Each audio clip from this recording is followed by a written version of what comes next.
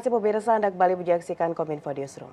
Pemirsa, pemerintah serius dan komitmen melakukan pembangunan rendah karbon dan menjaga ketahanan iklim. Upaya tersebut tercermin dalam program kendaraan bermotor listrik berbasis baterai atau KBLBB. Dan salah satunya adalah konversi motor BBM ke listrik. Pemirsa, konversi ini cukup dibidati oleh masyarakat Indonesia karena dinilai lebih irit secara pengeluaran. Dan untuk membahasnya lebih jauh, saat ini kita sudah terhubung bersama dengan tenaga ahli Menteri SDM bidang tenaga listrikan, ada Ibu Sri Penny Inten Cahyani. Assalamualaikum, selamat malam Bu Inten. Waalaikumsalam Mbak Mona, selamat malam. Selamat Salam malam, sehat salam sehat semuanya. Ibu. Sama-sama. Baik, terima kasih Ibu telah bersedia bergabung bersama Kominfo Newsroom pada malam hari ini. Kita membahas mengenai KBLBB. Nah, Ibu, kita di awal ingin mengetahui sebenarnya saat ini sudah dilihat bahwa masyarakat Indonesia sudah cukup tinggi minatnya untuk berpindah ke kendaraan berbasis listrik tersebut. Sebenarnya apa sih Bu alasan dari masyarakat yang sudah tinggi ini minatnya saat ini? Apakah benar dari segi pengeluarannya yang dikatakan lebih irit atau bahkan ini karena pemerintah memberikan subsidi juga, Ibu? Sebenarnya alasannya seperti apa, Bu Intan? Baik, jadi dua-duanya tadi sudah benar Mbak alasannya. Jadi selain karena kan masih mahal ya, kendaraan listrik itu masih mahal. Lalu kemudian pemerintah memberikan insentif supaya apa? Supaya terjangkau masyarakat bisa membeli itu gitu ya. Nah, khusus untuk konversi barangkali saya ingin menambahkan mengapa kok motor konversi gitu ya, motor listrik Ya, konversi. Yang pertama, nyaman Mbak digunakan.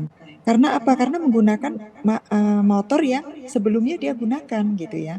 Jadi dia tidak ada perubahan apapun di dalam motor itu gitu ya. Nah, jadi dari sisi penggunaan masyarakat, orang yang sudah menggunakan sehari-hari dia merasa sama menggunakan sehari-hari, dan performanya dengan motor listrik konversi ini performanya sama Mbak, dibuat sama.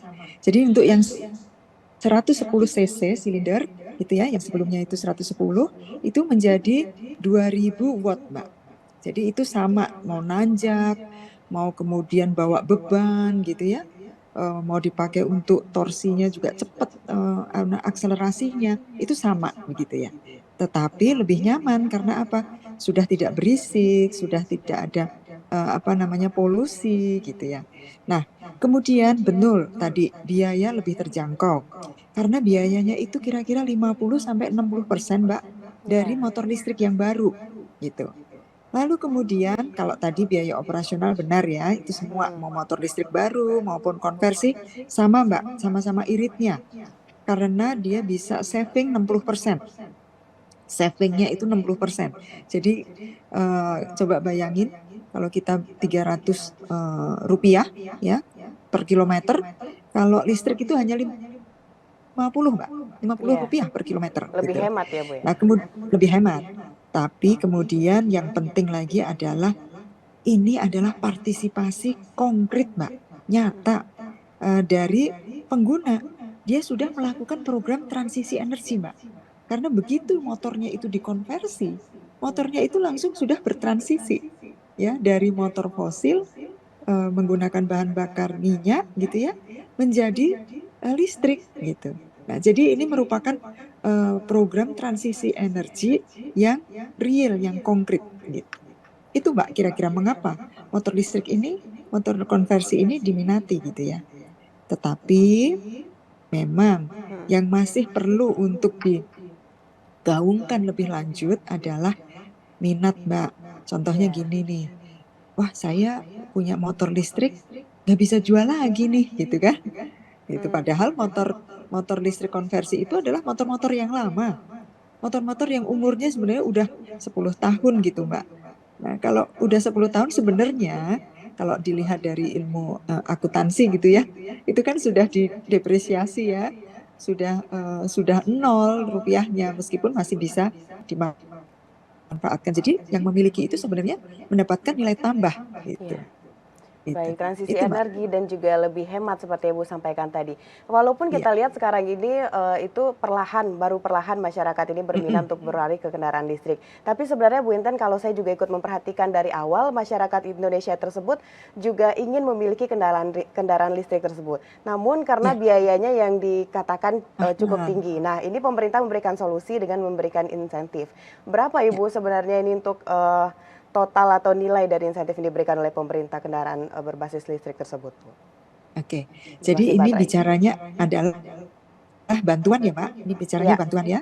Jadi pemerintah karena harganya mahal, maka selisihnya itulah pemerintah melihat ini perlu nih dibantu.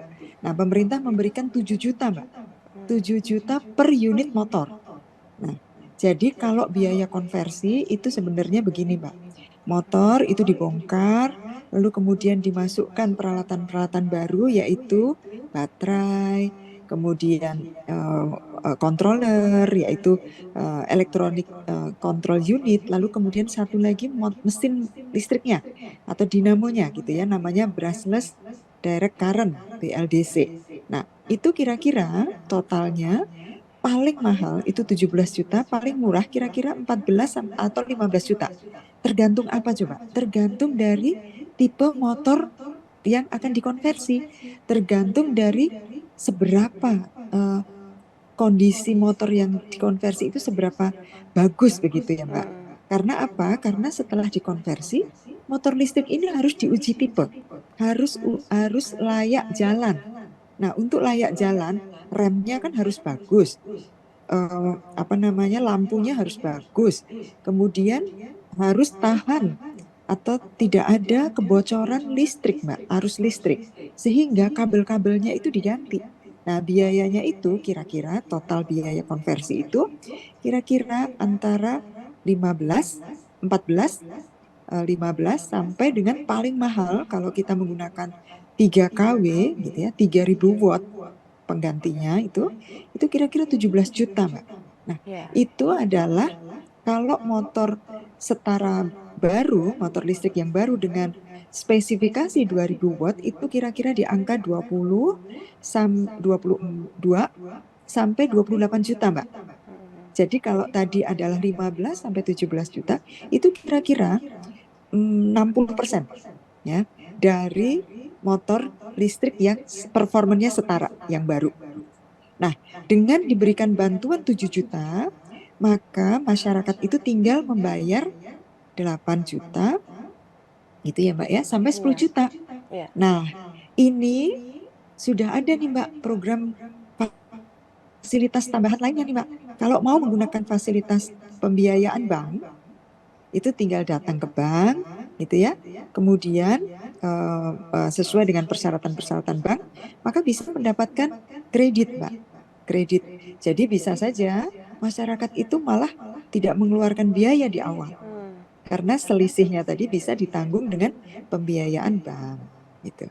Itu, Mbak. Baik, baik, itu adalah salah satu upaya yang dilakukan pemerintah dan semoga saja Betul, target di 2030 ini sebanyak 6 juta ya Bu ya untuk betul, betul. kendaraan motor gitu bisa tercapai. Baik, Bu Inten, secara konversi kendaraan listrik ini hanya bisa dilakukan di bengkel konferensi yang menjadi rekanan pemerintah. Nah, ini seperti apa Bu proses sertifikasi bengkel-bengkel ini sehingga bisa dikatakan rekanan pemerintah tersebut?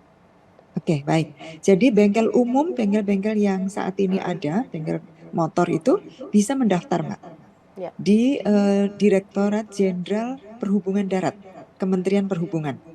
Ya. Nah, dari situ harus memenuhi persyaratan-persyaratan sesuai dengan Permen 65 tahun 2020, Mbak. Salah satunya ya, persyaratannya ya, teknisinya. Kemudian dia harus memiliki peralatan khusus. Dia harus memiliki peralatan tangan dan bertenaga.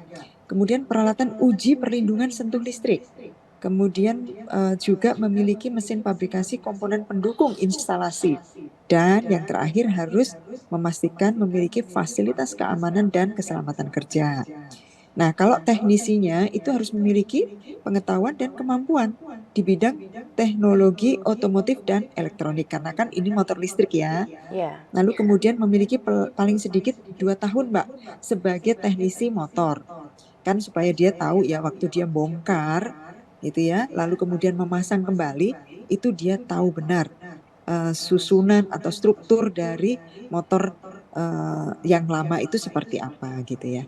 Nanti sudah bongkar nggak terima balik nih Mbak kan gitu ya. Ya, baik. Lalu Jadi yang penting mereka harus pengawasan Mhm. dari pemerintah terhadap bengkel tersebut seperti apa nanti, Bu? Iya, jadi memang pemerintah melakukan pengawasan, Mbak. Hmm. Jadi melalui kalau dari sisi bengkelnya ya, itu harus dia memiliki SOP, Mbak. SOP-nya harus lengkap. Kemudian dia juga memiliki kartu garansi, Mbak. Jadi Ya. bagi yang sudah melakukan konversi, itu seperti orang kalau pergi ke dealer tuh, Mbak, melakukan check up kan gitu ya. Nah, itu ada kartu garansinya. Supaya apa? Supaya bisa dimonitor juga tuh hasil konversinya itu gitu. Lalu kemudian dia kan juga memiliki bengkel-bengkel binaan, Mbak. Nah, bengkel-bengkel binaan ini juga terintegrasi dengan bengkel induknya, gitu ya.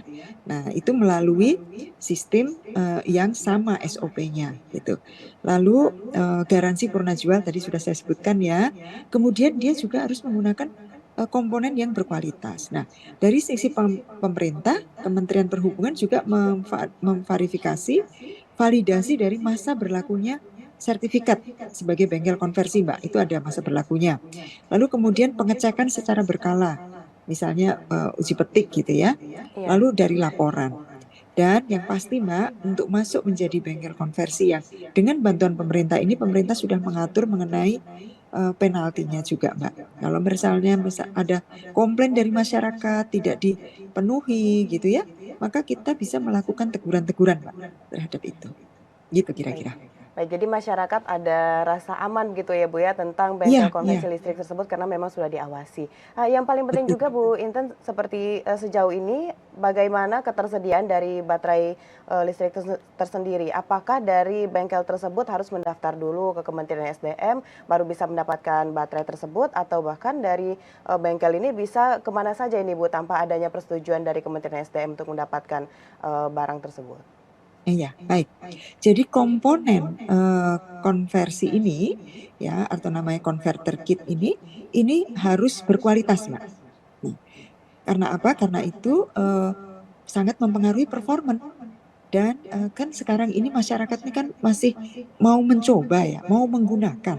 Jadi harus dipastikan bahwa kualitas komponen-komponennya, selain kalau tadi dari sisi bengkel, dari sisi jasa untuk melakukan modifikasi tadi, konversi tadi, itu harus proven ya Mbak, yang tadi Ya. sudah harus sertifikasi. Tapi komponennya juga harus kualitasnya baik. Oleh karena itu komponennya harus bergaransi Mbak. Ya. Baterai itu garansi 3 tahun, kemudian kontrol electronic control unit itu harus bergaransi 2 tahun, kemudian mesin motor listriknya atau BLDC-nya itu 1 tahun, kemudian bengkelnya itu juga harus memberikan layanan purna jual, gitu ya. Itu sudah diatur Mbak di dalam Juknis Kepmen ESDM nomor 39 tahun 2023. Di situ sudah diatur, spesifikasinya pun juga sudah diatur, Mbak. Jangan karena mau ngejar murah, spesifikasinya diturunkan, Mbak. Kan itu nanti bisa mengurangi kualitas. Ya, jadi itu spesifikasinya diatur dan itu dilakukan verifikasi. Nah, siapa saja boleh masuk, Mbak.